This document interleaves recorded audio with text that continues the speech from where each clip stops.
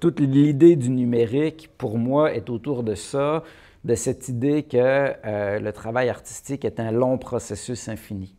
Donc, toujours incomplet. Mon nom est Mériel Lema, je suis consultant sur toutes les questions de culture numérique. On ne peut pas arriver des arts de la scène puis faire de l'art numérique en pensant qu'on va utiliser le même langage, utiliser les mêmes réflexes artistiques. Il y a vraiment un tout autre langage à maîtriser. C'est une discipline artistique en soi. Quand on a un autre langage, ça nous amène quand même à faire évoluer nos pratiques artistiques.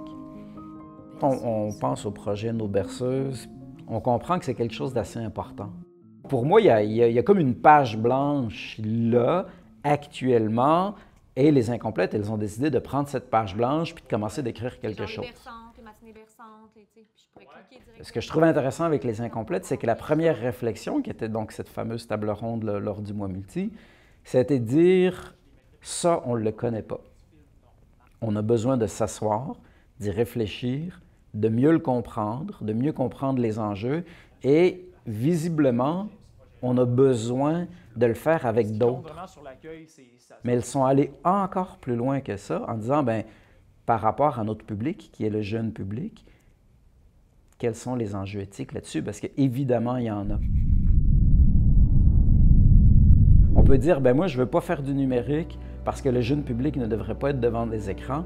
Ils vont y être quand même, puis ils vont écouter donc des choses qu'on pourrait trouver discutables.